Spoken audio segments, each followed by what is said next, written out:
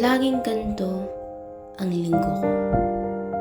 Pagising ko, ang unang hinahanap ko ay ang phone ko at kung sino ang kasama ko ngayon para mag-enjoy. Pero sa totoo lang, minsan naisip ko, ito na ba talaga ang buhay na gusto ko? Puro pansamantalang saya, pero parang may kulang. Hindi nyo ba naisipan na magsimba? Ha? Magsimba? Sa oras lang yun. True. Kung ba magsisimba? Kung pwede naman maglaro. True. Laro na kaya tayo. Laro na tayo. Kailan ko kaya matutuklasan kung ano ang tunay na mahalaga? I'm ready! Let's go! Paulit-ulit lang ang ganitong eksena. Masaya nga, puro tawa, laro, walang iniintindi. Pero sa bawat tawa, nararamdaman ko na parang may parte ng buhay ko na hindi ko pa nabibigyan ng pansin. Ang daming oras na ginugugol ko sa ganito. Pero habang tumatagal, nararamdaman kong parang may hinahanap ako na hindi ko mahanap sa mga bagay na ito.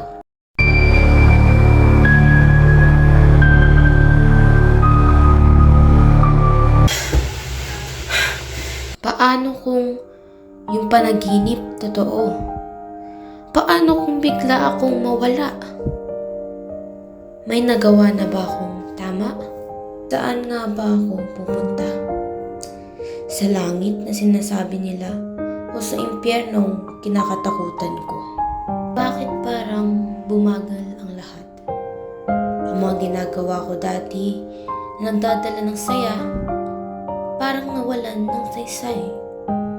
Parang may gusto akong hanapin na hindi ko alam kung saan sisimulan. Paano kung ang buhay ko ay may mas malaking layunin na hindi ko pa natutuklasan?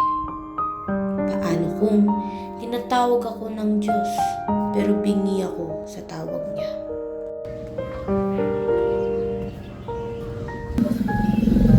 Hello, ate. Alam niyo po ba na kalooban ng Panginoon na kayo narito? Ito ay dahil para malaman niyo po na mahal kayo ng Panginoon. Siya'y namatay sa krus upang kayo iligtas at dalhin sa langit. Ngayon po, gusto niyo po pumunta sa langit. Paano ba pumunta sa langit? Siyempre ako gusto ko pumunta sa langit pero hindi ko alam kung paano. Ngayon po, sige, ipapaliwanag ko po sa inyo. Iba ang pakiramdam. Parang may ilaw na nagliwanag sa madilim kong daan. Parang ngayon ko lang nahanap ang tunay na halaga ng buhay. Hindi lang para sa sarili kong kaligayahan, kundi para sa mas mataas na layunin. Akala ko dati, sapat na ang kasiyahan sa mundo. Pero ngayon ko lang napagtanto na ang tunay na kasiyahan ay nagmula sa Kanya. Ang buhay ay isang hiram na pagkakataon. Kaya kung hindi ngayon, kailan pa ako maglilingkod sa Diyos? Kung palagi kong uunahin ang sarili kong plano, baka dumating na ang oras kung saan huli na ang lahat. Ngayon, ang tamang panahon para ialay ang buhay ko sa Kanya. Kailan pa kung hindi ngayon? Ito na ang bago kong simula.